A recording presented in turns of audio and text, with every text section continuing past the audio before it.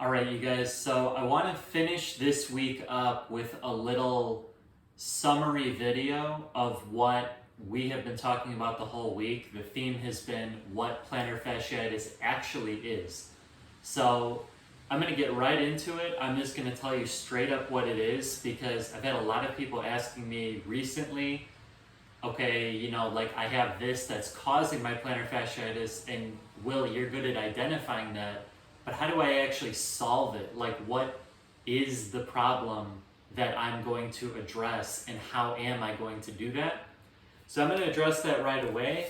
And I'm also just referring to my computer. I'm just going to go over a few of like the tweets and a few of the like short videos that I've released, and just like some of the smaller quick concepts that I usually release to you guys. I'm going to try to cover at least some of those here. I don't want the video to be too long. But anyway, just to get right into it, plantar fasciitis, we have a complete misunderstanding of it. We literally think, and I'm on the floor for a reason here, we literally think that it is inflammation of the bottom of the foot. Plantar means bottom of the foot. Fasciitis means inflammation of the fascia. So, okay, the bottom of the foot is inflamed. However, the problem with this is that's not even accurate.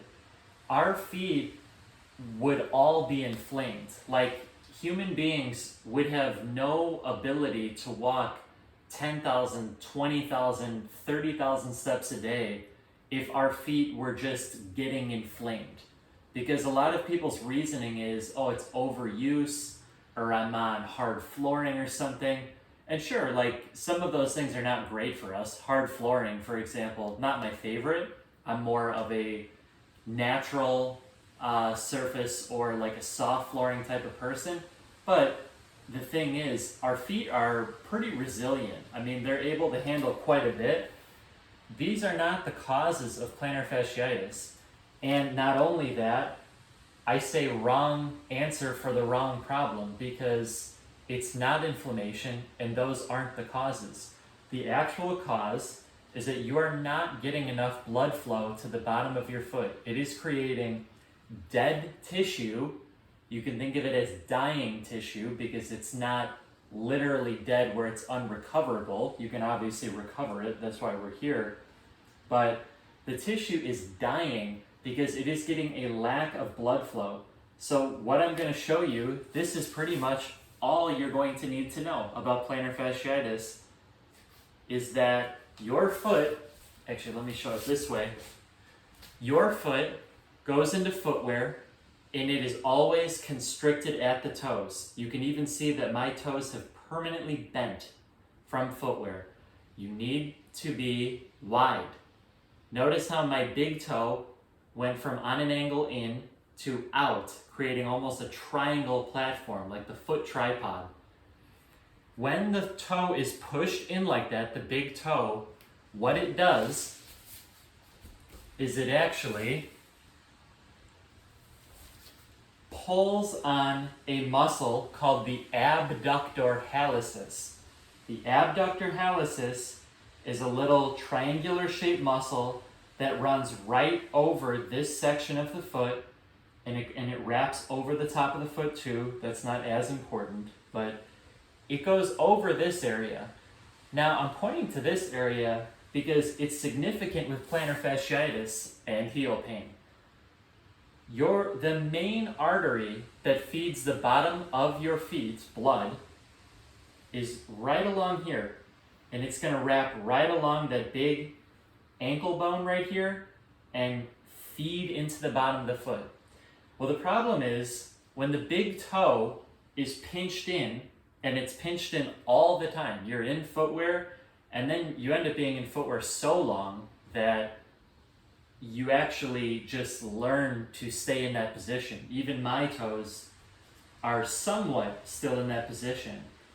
But what this does is the toe being pinched in like that creates a strangulating force, as Dr. Ray McClanahan would call it, against that artery that's bringing blood flow in.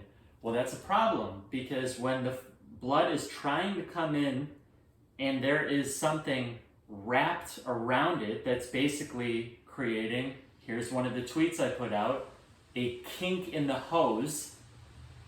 Now you can't get blood flow fed to the bottom of your foot.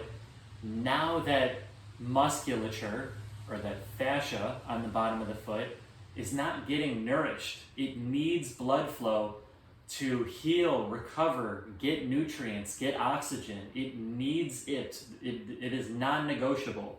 So that's why you're in pain. It's not getting fed sufficient blood flow, aka nutrition. That's really what it is for it. And it all has to do with your toe being pinched in. And your toe is being pinched in by constrictive footwear. What is constrictive footwear? To be honest with you, it's all footwear, unless you're wearing barefoot footwear, minimalist footwear. There's really nothing else that's wide enough. Even when normal shoe companies like New Balance say wide toe box, not wide enough. I've tried it. So that is literally what plantar fascia is. It's not actually that complicated. It feels complicated because it doesn't make sense at first and it seems like a lot is going on. But to be honest, it's really only that. And all that you have to work on, this video isn't going to be about the solutions, but all you really have to work on is getting your toe back into its natural position. And I'm going to show you in another video how to do that. So you'll have all the answers. That's plantar fasciitis. And like I just said, kink in the hose. Think of it this way.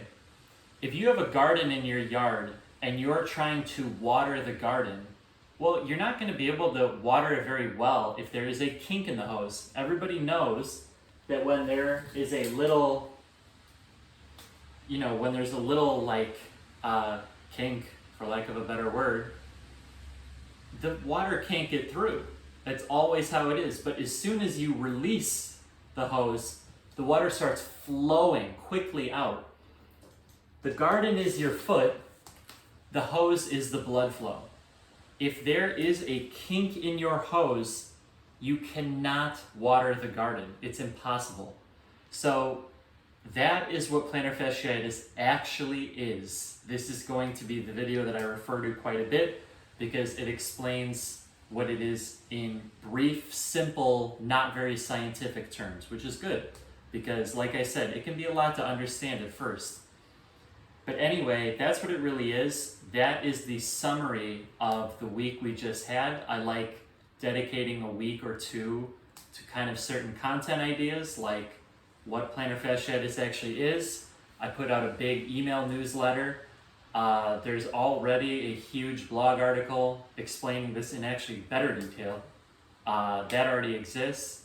And my Twitter is full of analogies and explanations that allude to this and will help you solve it.